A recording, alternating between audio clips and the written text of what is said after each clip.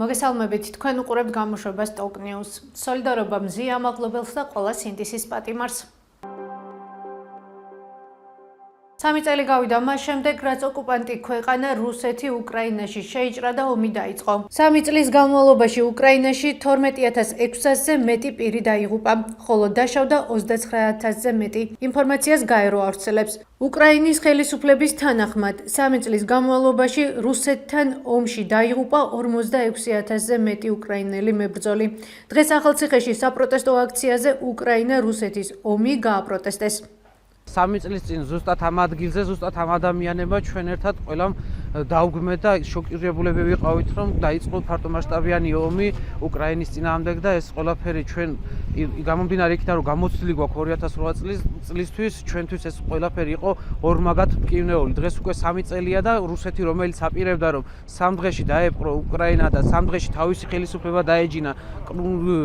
დაესვა კიევში, დღეს ხედავთ, რომ უკრაინა ღირსეულ წინააღმდეგობას უწევს ჩვენ საერთო მტერს და ღირსეულად იცავს თავის ტერიტორიულ მთლიანობას. ჩვენი დღევანდელი თავარი გზავნილი არის, რომ კიდევ ერთხელ ჩვენი მხარდაჭერა გამოუცხადოთ უკრაინელ ხალხს, უკრაინის სახელმწიფოს, ვუსურვოთ მას, რომ მშვიდობა ისე დამყარებული იყოს, რომ მთელი მისი ტერიტორიები დაბრუნდეს იმ ნორმებში, რომელიც აღიარებულია მთელი მსოფლიოს მასშტაბით, ვუსურვეთ უკრაინას გამარჯვებას. დავა კომპანიასა და მერიას შორის ნახოთ სიუჟეტი. სახელმწიფო შესყიდვების დავების საბჭოში ახალციხის მერიამ დავა წააგო. მერიას დაევალა მათ მიერვე დისკვალიფიცირებული მომჩივანი კომპანიის მიერ წარდგენილი დოკუმენტაციის განხილვა. რა მოხდა? დავიწყოთ თავიდან. ახალციხის მერიამ რუსთაველის 124-ში არსებული კინოკლუბის შენობის დემონტაჟზე ტენდერი 2025 წლის 8 იანვარს გამოაცხადა. გეგმაშია მისი დანგრევა და მის ნაცვლად იგივე დანიშნულების ახალი შენობის აშენება. წინადადების მიღება 17-20 იანვრის პერიოდში მიმდინარეობდა. სახელმწიფო შესყიდვების სააგენტოს ვებგვერდზე არსებული ინფორმაციის მიხედვით, კონკურსში მონაწილეობა 2 კომპანიამ მიიღო. შპს გიკომ მერიას სამუშაოების შესრულებისთვის 47975 ლარი შესთავაზა, ხოლო შპს ბესტ ჰაუსი 2024-მა 44000 ლარი. შპს გიკო ქართული ოცნების შემწირველია, ამაზე ოდნავ ქვემოთ. სახელმწიფო შესყიდვისას უწყება შეთავაზებული ყველაზე დაბალი ფასის მქონე კომპანიის დოკუმენტაციას განიხილავს. თუმცა 29 იანვარს ახალციხის მერიის სატენდერო კომისიის სხდომაზე, რომლის ხელმძღვანელიც ახალციხის მერი ირაკლი ლაზარაშვილია, ყველაზე დაბალი ფასის მქონე კომპანიას დისკვალიფიკაცია მიანიჭეს. ტექნიკური დოკუმენტაციის, კერძოდ გამოცდილების დამადასტურებელი დოკუმენტაციის შეუსაბამობის გამო. დავების განხილვის საბჭოში შპს ბესტ ჰაუს 2024-ის საჩივარი 31 იანვარს შევიდა. კომპანია საჩივარში მიუთითებდა, რომ მისი დისკვალიფიკაცია უსაფუძვლო იყო. ახალციხის მერიის სატენდერო კომისიის გადაწყვეტილების გაუქმებას და მისი დოკუმენტაციის განხილვას ითხოვდა. სამუშაოს გამოცდილების დამადასტურებელი დოკუმენტების შეფასებისას უნდა წარმოადგენდეს პრეტენდენტის მიერ წარმოდგენილ ხელშეკრულებასა და ამ ხელშეკრულებით გათვალისწინებული ღირებულების ნაწილში შესრულებული სამუშაოების ურთიერთკავშირის დადგენა და არა პრეტენდენტის გამიზნული დისკვალიფიკაცია შესყიდვების პროცედურიდან. წერია მოთხოვნაში. დავების საბჭომ საჩივარი 17 თებერვალს დააკმაყოფილა და მერიას დაევალა შპს ბესტ ჰაუსის მიერ დაზუსტებული ტექნიკური დოკუმენტაციის შერჩევა შეფასება. ამ ეტაპზე მიმდინარეობს შერჩევა შეფასების პროცესი. შპს ბესტ ჰაუსში ჩვენთან კომენტარს არ აკეთებენ.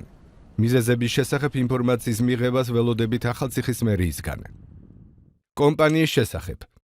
შპს ბესტ ჰაუსი 2024 გასული წლის 23 აპრილს დარეგისტრირდა. მისი დირექტორი და 100%-იანი წილის მფლობელი ნინო ქაშიაშვილია. მას პარტიული შეწირულობა არ უფიქსირდება. შპს გიკო ბაზარზე 2011 წლიდან ჩნდება. მისი 100%-იანი წილის მფლობელი პაატა ფოცხვერაშვილია. პაატა ფოცხვერაშვილმა 2021 წლის აგვისტოში ქართულ ოცნებას 10000 ლარი შესწირა. ჩვენ ფოცხვერაშვილს დავუკავშირდით. მან ჩვენს კითხვებს არ უპასუხა და გვითხრა, რომ დირექტორმა არ უნდა იცოდეს თუ რა ტენდერებში იღებს მონაწილეობას კომპანია და არც არასდროს დაინტერესებულა ამით. რაც შეეხება კინოკლუბის შენობას, ტენდერის მიხედვით გამარჯვებულ კომპანიას ევალება შენობის დემონტაჟი, ნარჩენების გატანა და ვარგისი მასალების დასაწყობება. ეს სწორედ ის შენობაა, რომლის რეაბილიტაციისთვის 2021 წელს ახალციხის მერიამ 1,5 მილიონამდე ლარზე მეტი სხვადასხვა დროს ქართული ოცნების და ნაციონალური მოძრაობის შემწირველ კომპანიას ხელშეკრულება გაუფორმა. სატენდერო დოკუმენტების მიხედვით ჯამში მერიამ კომპანიას ავანსის და შესრულებული სამუშაოებისთვის 160,000-ზე მეტი ლარი გადაუხადა. თუმცა სამუშაოები არ გაგრძელდა და ხელშეკრულება შეწყდა. სახელმწიფო აუდიტის სამსახურის დასკვნაში წერია, რომ სამუშაოების მიმდინარეობისას კედლებზე გამოიკვეთა ბზარები. ექსპერტების დასკვნის მიხედვით კი ობიექტს ესაჭიროება გამაგრებითი სამუშაოების ჩატარება. სახელმწიფო აუდიტის დასკვნაშივეა მითითებული, რომ მუნიციპალიტეტმა ხარჯების სიდიდიდან გამომდინარე შენობის დემონტაჟი გადაწყვეტა. აუდიტის დასკვნაშივე ვკითხულობთ, რომ მერიას შენობის რეაბილიტაციის საპროექტო დოკუმენტაცია 14,000 ლარად ჰქონდა ნაყიდი. ჩვენ ახალციხის მერიიდან ველოდებით ინფორმაციის მიღებას და რამდენად გაითვალისწინა ახალციხის მერიამ აუდიტის დასკვნებში ასახული რეკომენდაციები, მათ შორის საპროექტო, სახარჯ-დაღრიცხვა დოკუმენტაციის მიღება-ჩაბარების წესის შემუშავების და განსაზღვრის მიმართულებით. მას შემდეგ, რაც კინოკლუბის შენობას დაანგრევენ, ახალციხის მერია 5 მილიონამდე ლარად ახალი შენობის აშენებას გეგმავს. ამისათვის გამოცხადებული ტენდერი შერჩევა-შეფასების პროცესშია.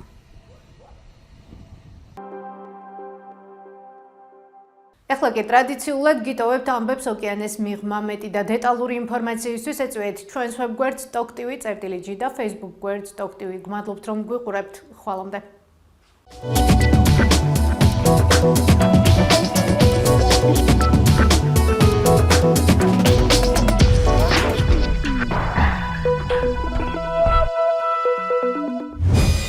ჰარტმუტ კიუთერი ყოფილ აღმოსავლეთ გერმანიაში გაიზარდა და გერმანიის გაერთიანების შემდეგ ხის გადამამუშავებელი წარმატებული ბიზნესი წამოიწყო.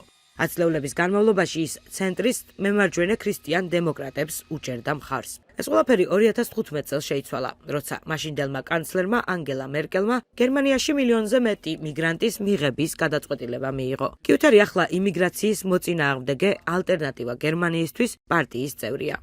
ეს მხოლოდ მუქკანიან ხალხს შეეხებოდა, რომლებიც არც ისე სასიამოვნონი იყვნენ, არც თავაზიანები და არც ისეთები, როგორებიც მე მინდოდა რომ ყოფილიყვნენ. პატივისცემა უნდა გამოიჩინო. ისინი კი ამას საერთოდ არ აკეთებენ.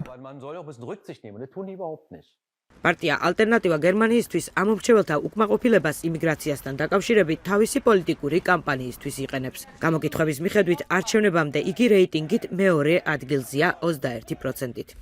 ჩემი მიზანია ამ უკანონო მიგრაციის შეჩერება.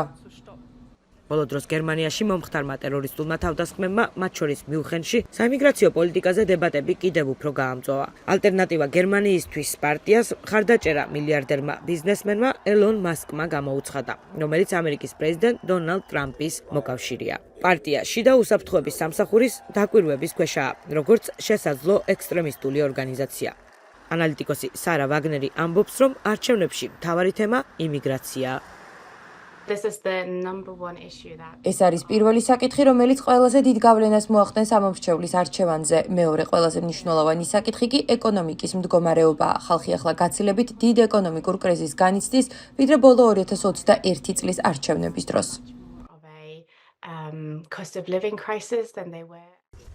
ეკონომიკურმა საკითხებმა ნოემბერში სამპარტიული კოალიციის დაშლა გამოიწვია.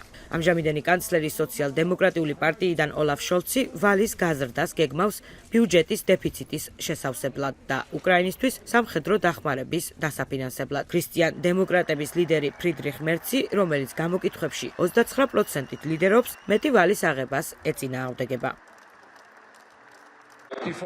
გერმანიის ეკონომიკა ახლა ევროკავშირში ბოლო ადგილზეა. ჩვენ ვართ ბოლო ადგილზე.